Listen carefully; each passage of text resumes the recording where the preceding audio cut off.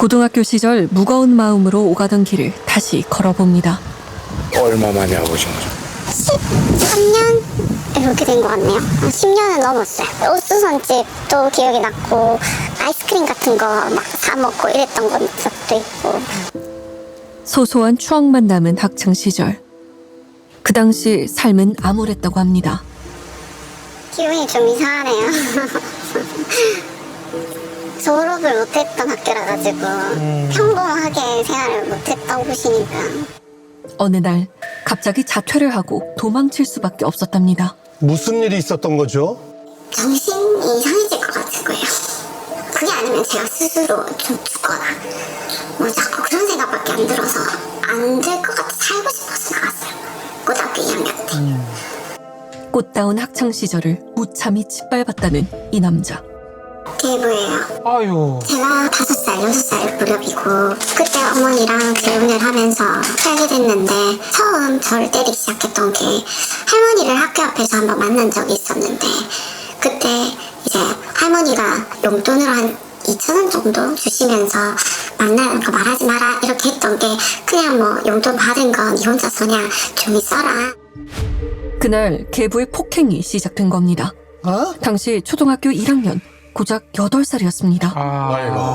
우연치 않게 제가 뭐 학교 앞에서 할머니랑 있는 걸 봤나 봐요. 그날 저녁에 술 먹고 와서 거짓말을 한다면서 발로 차고 막 굽을 들여고 막 그게 딱 처음 시작이었고 그때 이후부터 정말 일주일에 뭐 3-4번씩은 무조건이었어요. 아이고 참. 아니 8살밖에 안 되는 아이잖아요. 아니 멱살을 잡고 내빼기 친다든지 밥 먹다가 뜬금없이 그냥 뺨을 때린다든지. 훈계 동작. 절대요. 절대 아니에요. 누가 봐도 폭행이고 멱살 잡고 집어 던지고 벽에 처박히고 발로 차고 머리 잡아당겨서 올리고 뺨 때리고 이건 훈계 절대 아니고 폭행이에요. 폭행. 언제 어떻게 손이 날라올지 모르기 때문에 정말 눈치 보는 일이 많아요. 유진 씨 어머니도 결혼 생활 내내 폭력에 시달렸다고 합니다. 똑같이. 엄마도 똑같이. 저한테 수줍은 많이 있죠. 갑자기 욕 나오기 시작하고 물건 집어 던지는 거 다반사고 특히 여기 목을 많이 졸라요. 여기 지금 둥근데 흉터도 있거든요. 두꺼운 유리에 맞아서 다친 거라고 합니다. 아이고. 재혼하고 낳은 두 아이도 예외는 아니었답니다. 이야. 5살 무렵부터 맞고 자랐답니다. 새우 늦게 들어오시는 일이 많거든요. 저희는 자고 있으니까 왜 아빠가 들어왔는데 일어나서 잠기질 않느냐라는 그런 이유로도 많이 때리고 언니는 좀 많이 내팽겨쳤다 해야 되나?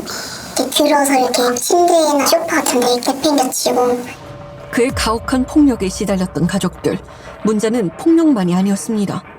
친딸이 아닌 유진 씨에겐 몹쓸 짓도 한 겁니다. 뭐죠? 초등학교 4학년 때쯤이거든요. 아침마다 깨우러 와서 귓불을 이렇게 꾹꾹꾹 누르는 습관이 있거든요. 그 습관 하면서 가슴 만지고 이제 밑에 손 넣어서 만지고 가슴 뭐 이렇게 만져줘야 가슴이 나온다 이런 식으로 이제 얘기하면서 그때부터 이제 매일 아침에 성추행이 시작됐어요. 매일이었어요. 사교 가는 아침 매일. 그리고 고등학교 1학년 때는 남자친구 생기면 어차피 할 건데 자기랑 성관계를 하자 그래. 딱 성관계라고 표현해요. 이야. 이게? 남자친구 생기기 전에 아빠랑 해보면 좋다. 에이 참. 한번 해보자. 17살. 그 애는 이를 악물고 견딘 나날이었다고 합니다. 어머니가 강사를 시작을 했고 그러다 보니까 귀가 시간이 뭐 12시, 1시 뭐 이렇게 좀 늦었어요. 그럴 때 이제 집에 혼자 개부랑 저랑 둘이 있을 때 손목을 잡아 끌고 이제 가더라고요. 한 방으로 가서. 고등학교 1학년 때부터 시작된 계부의 성폭행. 당시 그의 말들도 선명하게 남아있습니다. 항상 엄마를 조롱하는 말을 정말 많이 했어. 너희 엄마랑 닮았다. 그 살살 웃으면서 임신하면은 뭐 도망가서 살자. 뭐 이런 미친 거 얘기도 아니야 하고. 진짜. 하루는 용기를 내서 거부했는데 바로 주먹이 날아왔다고 합니다. 와. 공부하고 있는데 이제 이쪽으로 와서 한번 하자 이렇게 했는데 제가 싫어요 이렇게 하니까 그대로 이제 때리면서 의자가 뒤로 같이 넘어가니까 그 충격에 이게 이가 끝에가 툭 날라갔거든요. 아랫니 일부가 부러져 피가 나고 폭행으로 몸은 만신창이가 됐지만 그날도 성폭행을 피할 수 없었습니다. 시간이 지나면서 왜 못했을까 하는 생각은 들더라고요. 근데 너무 무서운 존재였고 정말 아무것도 할 수가 없어요. 그 당시가 되면 말도 아무것도 할 수가 없어요. 유진 씨는 왜 누구에게도 손을 내밀지 못했을까? 가족들에게 폭력부터 행사를 하고 굉장히 이제 위협적인 강압적인 가스라이팅을 시행을 하는 것인데요, 전략적으로. 그런데 피해자들은 이런 폭력을 당하게 되면 특히 어린 아이들은 이제 공포감이나 무력감을 학습하게 됩니다. 그렇죠. 벗어날 생각을 할 수가 없습니다. 학습된 무력감은 아니 그거 그냥 문을 박차고 나오기만 하면 되는데 주변에 119에 전화만 하면 되는데 그게 안 될까? 안 됩니다. 그동안 얼마나 많이 괴로웠을까? 이렇게 힘든데도 불구하고 이 집에서 탈출하지 못했던 그런 어려움이 좀 가슴이 아픕니다. 와. 계속되는 폭행과 성폭행에 몸도 마음도 병들어갔던 유진 씨. 하루는 너무 괴로워 처음으로 친구에게 털어놨다고 합니다. 당시 친구 눈에도 유진 씨가 상당히 위태로워 보였다고 합니다. 집이 너무 지옥 같다면서 이러다가는 자기가 진짜 스스로 죽을 것 같다면서 그렇게 얘기를 했어가지고, 물론 폭행도 진짜 크지만은 제가 그때 어렸을 때 딱 느꼈던 마음은 진짜 그 성폭행이라는 게 어떻게 그래도 딸이라고 있는 친구를 그렇게 했다는 게 너무 소름 끼치고, 그 집에 한시라도 못 있겠다 이래가지고 저희 집으로 오라고 한 거였거든요. 그런데 집을 나오고 3일 뒤 친구들을 수소문해서 찾아온 계부. 이후 그의 만행은 더 심해졌답니다. 참. 결국 고등학교 2학년 때 유진 씨는 도망치듯 집을 나왔다고 합니다. 그때는 그냥 보리밥집, 보리고기집 이런 데서 일당을 주는 데를 찾았어요. 찜질방 생활을 해야 되니까 일당 주는 데 찾아가지고 일단 2만 원 받아서 1,000원으로 그때 찜질방비가 6,000 얼마 정도였거든요. 거기 찜질방에서 파는 계란으로 먹고 10,000원은 저도 미래를 위해서 모아둔 거죠. 집을 나온 이후 어머니를 찾아가 계부에게 당한 일을 이야기했다는 유진 씨. 자세히는 말하지 못했다고 합니다. 예. 순간 아무 말을 할 수 없어요. 한동안 어떻게 이야기를 해야 될지 한동안 쳐다보다가 열심히 살아라고 그냥 보냈었어요. 그때. 아이고. 아유, 마음이 어땠을까요, 엄마 마음? 그냥 애들 이제 초등학생인데 이런 생각이 먼저 들더라고. 이게 지금 생각해보면 내가 맞는 건가? 내가 이게 부모인가? 정말 좀 미안하고 죄송해서. 폭력으로 가스라이팅 당한 입장에선 그럴 수도 있을 것 같아요. 그러니까 계부가 친정과 친구들 관계도 다 끊어놔서 고립된 채로 사셨다고요. 18살에 맨몸으로 집을 나와 착실하게 살아온 유진 씨. 열심히 직장 생활을 하며 안정적인 삶을 되찾고 악몽 같던 기억은 잊으려고 노력했다고 합니다. 그런데 이런 일에 대해서 사실 이렇게 할 생각도 없었어요. 너무 오래된 일이고 이제 그냥 저도 30 넘고 좀 자리를 잡아가고 있고 괜찮다라고 생각을 하고 그냥 지냈는데 2년 전에 이제 사무소 위조를 해서 제 그거를 했을 때 이거 쓰레기인 거예요. 그냥 진짜 쓰레기였었지. 그래. 사람 병시 변하는 게 아니구나. 아니, 무슨 일이 있었던 거죠? 계부가 소송을 진행한다며 소장을 보내온 겁니다. 어? 야, 이거 자신의 그 가족관계 등록부에서 유진 씨 빼겠다는 건데요. 어? 더 황당한 건 유진 씨가 소를 제기하고 변호사도 선임한 걸로 되어 있었던 겁니다. 그게 말이 돼요? 처음 보는 본인 도장도 찍혀 있었습니다. 이게 무슨 상황인 거죠? 저는 그 사람하고 어떤 통화도 어떤 얘기도 문자도 전화도 한 적도 없는데 소송이 됐다라는 것 자체가 도장도 본인 도장 아니시고. 네 아니 전 도장을 준 적도 없고. 계부는 대체 무슨 생각으로 그랬을까? 그를 만날 수 있었습니다. 아하. 안녕하세요. 혹시 이시나요? 네, 왜요? 안녕하세요. 저 MBC 실화탐사대 제작하는 권호정 PD라고 합니다. 혹시 관련돼 가지고요. 그는 유진 씨에 대해 할 말이 많다고 합니다. 오토마가 아닙니다. 초등학교 때부터 입만 들리면 그지.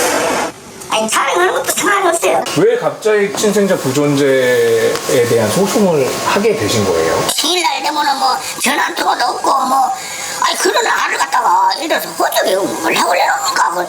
일단 바꿔놓고 생각해보세요. 왜 너만을 갖다가 매일 그거 사놓습니까? 씨나 뭐 다른 아이한테 본 적이 없죠. 한번 이제 막바라고 집에서 막 나 무시하려고 막 나가 이제 그런 건 있어요. 폭행은 아예 없고. 없죠. 그런 걸 폭행을 그런 걸. 유진 씨에게 저지른 성폭행에 대해서는 어떤 입장일까? 만지고 뭐 밑에서 손을 걸단 그게 10살 때 뭘 만지겠다고 그 알을 뭘 만지겠다고 대동대했어요. 성폭행이 있었던 거는 안방으로 들어가가지고 하고 뭐 이랬다라고 얘기를 하니까.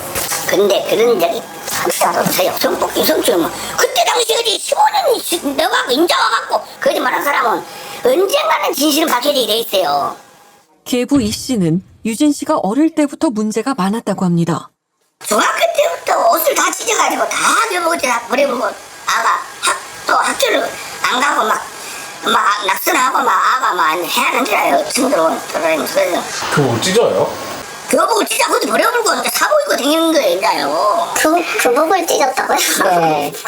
교복을 찢으면 가만히 놔두는 사람도 아니에요.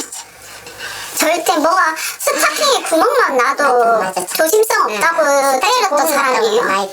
저한테 교복이 진짜 소중했어요. 패딩 하나 없이 그것만 딱 많이만 입고 다녀야 되고. 친구들이 기억하는 유진 씨는 어떤 학생이었을까?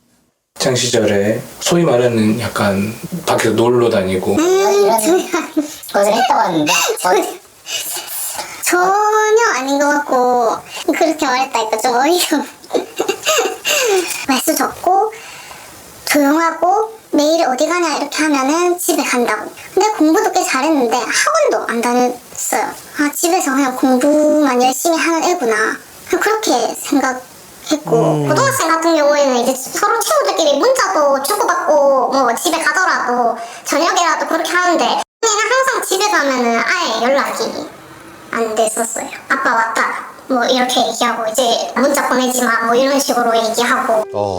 2022년 계부의 소송으로 다시 시작된 악몽. 유진 씨는 법정 싸움을 하고 싶지 않아 소취하를 요구했는데 돌아온 답변은 예상 밖이었답니다. 씨가 혹시나 자기가 가지고 있는 재산에 대해서 더 이상 책임을 묻지 않겠다 하게 되면 내가 이제 이거 취하를 할 생각은 있다. 결국에는 유산을 포기해라. 아버지가 원하는 건 그거다. 정말 유산이 맞냐고 물어봤어요. 저 엄마한테. 가진 게 맞나? 뭐 돈이 얼마나 있는데 정말 가진 게 많은가 보다. 이렇게까지 하는 거 보면 재벌들도 이렇게도 안 하겠는데 네가 주기 싫어하는 그 유산 그 내 1,000짜리 한 장이라도 내가 가지고 와볼게. 이런 사람 마음이 이렇게 악해지는 마음이 들더라고. 경제권을 계부가 가지고 있어서 어머니도 재산이 얼마나 있는지 모르신다고 해요. 유진 씨가 사문서 위조를 문제 삼자 22년 7월 계부는 소를 취하했습니다. 그런데 그게 끝이 아니었습니다. 올해 6월 또 소장이 날아온 겁니다. 2024년 6월 21일 소장 접수. 또요? 아 왜요? 말도 못하겠더라고. 너무 화가 나는 게 너무 화가 나서 어떻게 사람이 이렇게 할 수 있지. 이번에는 계부가 원고로 되어 있는데 유진 씨가 최근에 친아버지가 아닌 것을 알고 요구하여 소송을 제기했다는 겁니다. 아 이거 뭐야? 성장님은 저랑 통화해서 전사정 다 알고 계시잖아요. 아, 그건 모르세요. 알고 근데 있는데. 소장 내용이 말이 안 되잖아요. 제가 뭘 최근에 알고 엄마를 통해서 동의를 해달라고 해요. 변호사님하고 통화하고 싶네요. 변호사님하고 왜 통화를 하고 싶어요? 억울한 법이 있으면 고발을 하든지 고소를 하세요. 그러면. 야 어떻게 저럴 수가 있죠? 계부 측 법률사무소는 대체 무슨 근거로 소송을 진행한 걸까? 제가 자기가 머리카락을 잘라주고 동봉해서 이 아빠 공장으로 보내왔었어요. 그럼 당연히 바보가 아닌 이상 머리다는 당연히 동행부를 생각 안 하겠어요. 저희들은 그래서 그 말만 믿고 좀 100% 동했다고. 당연히 법률사무소에서 원고 씨한테 먼저 확인을 해야 되는 게 맞는 순서 아니에요? 그거는 맞습니다. 그거는 맞고 저희들이 확인을 해야 되는 뭐가 있는데 약간의 미스가 있어 보죠. 어머니를 막 너무 괴롭힌다고 머리카락을 한번 보내달라고 한 적이 있었어요. 그때 이제 머리카락을 붙여주면서 그래가지고 그냥 가만히 내버려 두라는 의미로 이제 그렇게 해줬었던 거고 제가 뭐 동의를 한 적도 없고 제 도장을 찍은 서류를 위조했다는 게 중요하고 2022년 그리고 올해 작성한 소송위임장에 찍힌 유진 씨의 도장은 어떻게 된 걸까? 도장은 저희들이 여기서 소리수 도장이 있습니다. 그거를 해서 이제 그렇게 하는데 통상적으로 이제 본인의 허락 없이 그렇게 되는 건가요? 그만 저희들 그 흠집을 내려고 찾아온 것 같은데 그거에 대해서는 제가 노코멘트 하겠습니다. 야, 참. 이런 방법이 법적으로 문제가 없을까? 피해자 명의의 막도장을 새겨 이제 소송 위임장을 위조하였고 이에 대해서 진정한 사문서인 것처럼 제출하는 방법으로 행사하였기 때문에 형사상 사문서 위조 그리고 위조 사문서 행사죄에 해당한다고 보고 있습니다. 그렇게 머리카락을 보낸 것만으로 동의했다라고 할 수가 없습니다. 이거를 왜곡해서 피해자 측에서 동의를 했다고 주장하고 있는 것 같습니다. 더 이상 참을 수 없었던 유진 씨는 깊이 묻어뒀던 계부 만행의 죗값을 이제라도 묻기로 결심한 겁니다. 저는 너무 괘씸한 거예요. 인간이면 할 수 없는 생각이라고 생각했어요. 저는 제가 이렇게 연락을 안 하고 지내고 이러면 자기가 지은 죄가 저한테 있잖아요. 그럼 내버려 둬야죠. 계부 이 씨를 성폭력 범죄로 고소한 유진 씨. 모든 진실을 알게 된 어머니도 지난 8월 집을 나와 이혼 소송 중입니다. 소송이 걸리면서 얘가 저한테 성폭행에 대한 폭행할 때 그 사람에 대한 했던 말이나 했던 거 그런 게 너무 저하고 관계하고 일치가 되니까 이건 아니구나. 야. 딸을 성폭행할 때 사용했던 성인 용품에 대해 들었는데 어머니도 그 물건을 본 적이 있었던 겁니다. 야, 세상에. 계부는 그 물건을 지금까지 보관하고 있었는데요. 에? 성폭력으로 고소한 이후 유진 씨와 어머니가 함께 찾아와서 경찰에 증거물로 제출했다고 합니다. 저렇게 비닐로 싸서 보관을 한 거예요? 아이고야. 보니까 봉투도 엄청 오래됐고 먼지도 수북하게 쌓여있고 하더라고요. 아이고, 참. 정말? 얘가 나가고 얼마 안 있다가 우연히 그 단지 안에서 그걸 꺼내더라고. 그때 저는 정말 저건 새 물건이 아닌 것 같은데 그냥 비닐에서 꺼냈어. 근데 뒤에 우리한테 알고 보니까 그게 우리한테 사용을 했던 물건이구나. 그때는 왜 그런 생각을 못했을까. 정말. 성폭행 때 성인용품을 사용했다는 유진 씨의 주장에 대해선 어떤 입장일까? 나 성인용품 그거 지고 나고 공장에 누가 팔러 갖고 샀어요. 지금 나가고 뒤에 샀어. 한참 뒤에 샀어요. 근데 계부는 유진 씨의 피해 사실에 대해 모두 부인했습니다. 학교 가라고 아침 새벽부터 일어나고 깨운다고 들어가서 만지고 이러고 사람이 그러면은 야 이거 나쁜 진짜로 여기 안 나올 수가 없네.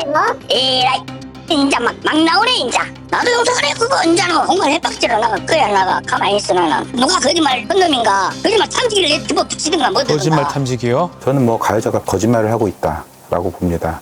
그런데 본인은 절대로 들키지 않을 것이다. 이런 자신감이 있습니다. 아마 그런 뻔뻔함이 있었기 때문에 그렇게 오랫동안 성폭력, 아주 심각하죠. 이런 심각한 성폭력이 진행이 될 수 있었던 것이고 자신은 아무 잘못도 없다라는 생각이 있었기 때문에 폭력이 점점점 심각하게 지금까지 진행될 수 있었다라고 봅니다. 오랜 세월이 지났고 직접적인 증거가 부족한 상황.